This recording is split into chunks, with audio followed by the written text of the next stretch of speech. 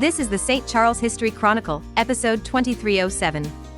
The Kane County Master Gardeners History Museum Project with Master Gardener and Museum Vice President Mary Lynn Swanson.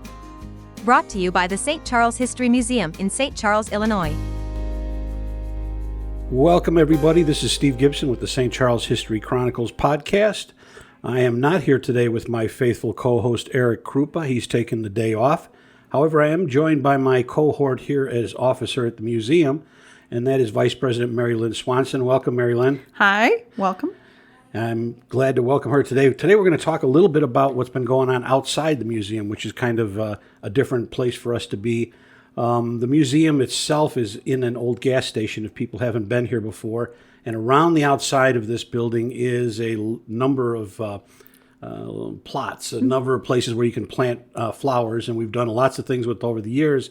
However, this year, because of the fact that Mary Lynn is involved with a group called the Kane County Master Gardeners, she has gone ahead with a major project and worked with them to really renovate and update and actually retro-date our gardens here at the museum. So today we're going to talk a little bit about that process and the Master Gardeners and how Mary Lynn got started in it. So I think maybe that's a good place to start, is talk a little bit about how you got involved in the first time. Actually, first, let's talk a little about you as vice president of the museum.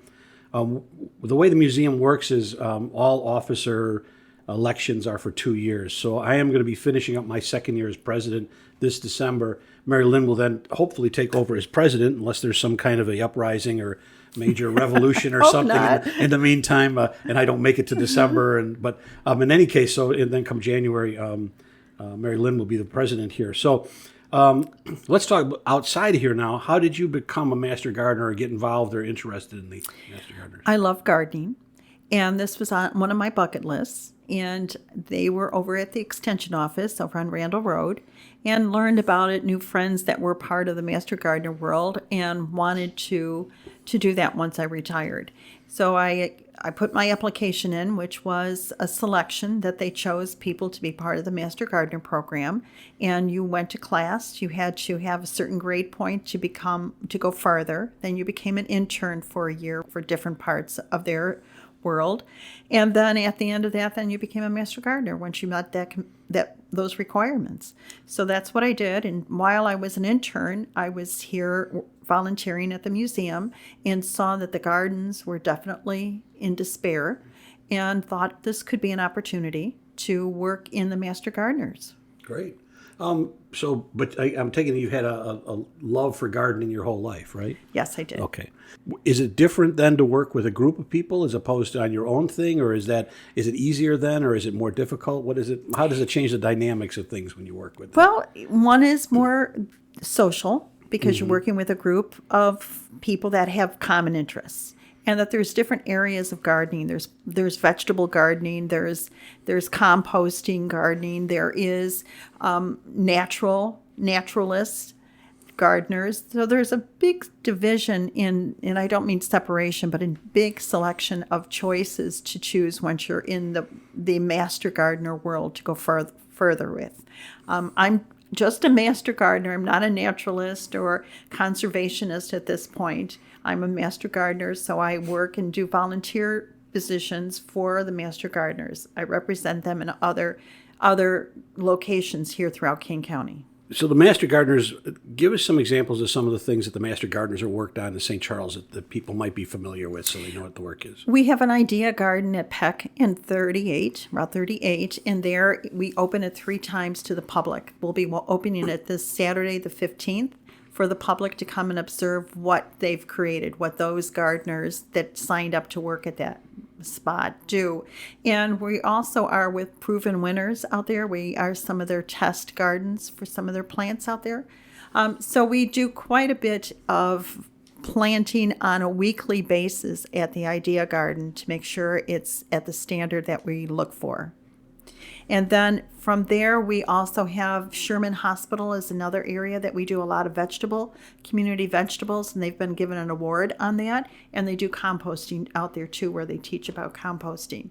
We do some things at other libraries throughout Kane County for children, that we do children's programs at those libraries. or garden centers will go down into Naperville, Aurora, and do events for children there. It's not all children driven, but we also have a speakers bureau that will go out to the public that request our attention, and we'll talk about plants or whatever it is about related to plants out there. Oh, okay. How about like the bridge, the Main Street Bridge in St. Charles? That's Potawatomi Garden Is Club. it? That's Okay. another group. Okay. We won't talk about them today. We'll get somebody in from them to talk specifically about I'm part that. of them too. Oh, are you? Okay. All right. Well, maybe we'll do a second podcast right after this one. So we've got these plots here. They're covered in all sorts of plants, a lot of stuff that's survivor plants, that just manages to get through without watering or attention or anything. And we decide we're going to change it out now, and you start working on your project. And at some point, you have the idea that since the History Museum is celebrating its 90th year, so we were actually not founded, but that's where we began in 1933, kind of a loose club of people. We've talked about it on another podcast. But so we're now in our 90th year. So since we're celebrating 90 years since 1933, you said, how about we put together 1933 gardens, or at least celebrate 1933 with the flowers that we put in the gardens and things like that. So I'm sure that was just simple, right? You just went down to the Heinz flower shop, said, give me all your 1933 plants. And no, you're shaking your head no. Okay. There was a lot of research. What were 1933 flowers like, and how they relate to today's selection of annual flowers or perennials? So first thing I found is the authors that wrote back in 1933, and there was quite a few of them. That gave me a list of flowers that they planted in their gardens. And the thing that jumped out to me was this fragrance that these annuals or these flowers gave to their homeowner or to their gardener. And that's something we don't have today. That many of the scents that these flowers had have been genetically altered to be more colorful, more bug resistant, more drought resistant, more disease resistant. So by doing that, they've lost the scent. The scent was removed, which is kind of a shame because the scent was more spicy, more perfumey. So we don't have that in a lot of our flowers today. Yeah. But we have the other things that they wanted, the public demanded.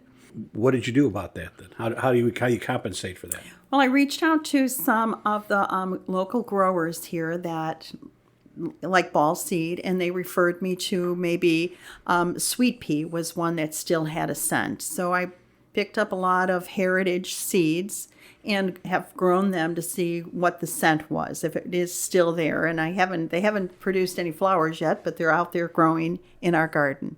And different flowers too, to see what has a scent. So you're successful at that. You found, at least you think you're going to be successful at I'm that. hoping, yes. Yeah, we measure it at the end. But to be honest with you, it looks beautiful right now. It's every day when I come in, I see some other flower that I haven't noticed before. Thank you. So that's what's always cool about a garden. And then I think the other thing is, because there are different areas outside the museum, even logical areas, there's the front of the museum, the side of the museum, there's a raised bed that we use for our victory gardens every year and things like that. You didn't do this all by yourself. This became a project for everyone and split it up. And I'll just say before I ask you to explain that, it's one of the cool things for me to come in the morning, and here's already 2 or 3 people out here, picking off the dead flowers and watering and cleaning up and everything else. So that's pretty nice to have that happening around here. So tell me a little bit about the process then that you guys kind of got together and figured out who was going to do what or what spoke to them. So every year the Master Gardeners open up a list of what events are available to sign up for. And I did a presentation with the Master Gardeners of what this event was going to be about, and 14 stepped up to say they want to be on this. And most of them live locally, not all of them. So they were really excited to do this because this is one of the last buildings you see as you exit downtown, or the first ones you see when you enter. And it needed needed a lot of attention. And they were very excited to learn and hop onto this program that's about a 1933 garden. And they did some research. They came out, we did a lot of planning meetings of what they were going to do, who was going to break up into teams. And they broke up into multiple teams for each of the garden beds. And they came up with a design. I saw what their designs were before they did anything, saw the plants that they chose and why they chose those plants to plant in each of the beds that they've chosen. And they've gone and done an outstanding job. It's taken a team to do this. It's not an individual person that could have ever accomplished what they've accomplished. And I think they've done an outstanding job. Well, I agree, definitely. That's an interesting thing now. So first we have to find the plants, and we have to get some ideas of what plants actually were representative in 1933. The challenge of finding those plants, because they've all been kind of bred into something that we like in 2023. You put together a team. The teams come out. They've all kind of picked the spot that they want to get, and everybody's been working hard at this. When you got out here, everything was exactly as you expected, right? There were no challenges. There was. One of the challenges was this bindweed, and we had to work with Public Works, who's been outstanding and very cooperative and generous of their time. They've helped us with this bindweed, which gets into the plants and destroys the plants. And in pulling them out, every time you pull it out, it creates more bindweed. And it was a very big problem. And it is going to be a problem for many years to come, because it's going to take a long time to get that out of that soil. Mm-hmm. And then I think we had trouble with how much soil there actually was, even in some areas. Some areas was there was a lot of mulch, but not always really good soil. Mm-hmm. And also we have a bed that still needs to have some attention to it, that Public Works is aware of, and they'll be working on that later this summer. Yeah, I think that's something we got to be sure we capture here, is that Public Works has been a partner throughout this. I mean, not only in labor, but also in a lot of the experience that they have working with plants and things, and even alternative ideas for plants that we could consider that we might not have thought of. So, yeah, they've been a great help over there. That's who all have you been working on? It's AJ is one, and also Victor Pierce. And also it took a proposal. I had to write up a proposal for Public Works and for the Master Gardeners and have it approved by our executive director and each one of those groups to go forward on this. Yeah, I think that's another important point. The museum actually exists in a building that's owned and maintained by the city. So you actually are working on the city's property here when you're working on it. So kind of rose to the challenge, got rid of the bindweed. Or working on getting rid of it. Yeah, we're going to spend the rest of our lives getting rid of it. But it looks a million% better today and everything else. And we are starting to see some results from this. Are these all plants that are just they're all perennials, they're going to exist, or is this something that's going to require annual maintenance or annual returns by someone to? We look to keep it seasonal, that each season will introduce new plants that are relative to that season. Different beds have different themes. So the one very front is more of a dressy looking bed. And that one is mostly perennials at this time. There are some annuals in it. And the difference between a perennial and an annual is a perennial comes back every year on its own. An annual is only good for that year, for that season. And then we have another bed where it was seeds from people's homes that they brought and plants from their own house that they brought and used in their flower beds. And they come out and water and pick off whatever shouldn't be there. Mm-hmm. Then the one over by the bell, the L-shaped one, we call that. The L-shaped one is still, we're waiting for some plants to be delivered from Public Works. And so that one's still in progress, and it's beautiful. It's turning out, took all those bindweed plants out of there, and it's been a work. And then in addition to that, there's the raised bed, that's the pollinator, which is the University of Illinois Citizen Science Program. Yeah, let's talk a little bit about that. The eye pollinator, or is that just pollinator? I'm not clear. It's an eye pollinator. Eye pollinator. Mm-hmm. And it's an interesting thing where it's another partnership. And the idea behind this being that through your efforts, you're going to actually add to the information that the university has to work with to do some things in terms of forecasting pollinator growth or populations? Is that what it's really for? It's populations, because we're losing pollinators. So they gave me a list of flowers to plant, and I chose from that list what to put in our raised bed. And once a month, a citizen or myself would sit there and we would monitor everything. We would monitor the location of the plants, what's around the plants, like 100 feet around the plants, what other plants are going to impact this garden. And then I sit there and I watch for pollinators. And it's about 3 minutes per group of plants that I have to sit there and watch to see if any pollinators stop by. A pollinator could be an ant. It could be anything that rubs their body on the pollen that's in these flowers and then walks away and goes someplace else. So I monitor that, how long I've looked and the time I did that and how many plants I monitored that. Once I complete that iPollinator Citizen project for that month, then I go home and I download it on my computer and send it off to their agricultural, consumer science, and environmental department. And they're collecting that data across the state. How are we doing on pollinators? Well, we had one pollinator last month. It was an ant. I'm doing it at a different time of day this coming week. And any citizen out there that would like to hop on this bandwagon are more than welcome to come and help me. Maybe we can post something on social media to the pollinator group and see if they want to stop by. Let them know. What are some of the plants that are in the pollinator group? We have a milkweed out there that is a butterfly milkweed, and then I also have some cleome, alyssum are some of the plants that we have out there. So where are we at with this? Are we done? Are we? This is an all-summer program. So it goes on, and it'll require work all summer long. And I think as far as the museum's concerned, it's great to see the freshness of this. But as far as the public is concerned, I'd encourage them to come down here and see exactly what a 1933 garden would have consisted of. And I think as the summer goes on and the plants start to mature, I think it's kind of a place to revisit and come back and see us again. What have we forgotten about this whole project? Well, we're going to start planning for the fall, what kind of plants we want to include in these beds that we've already started. And that just to keep it maintained, we're here multiple times a week, watering, weeding, refreshing the patio out in front.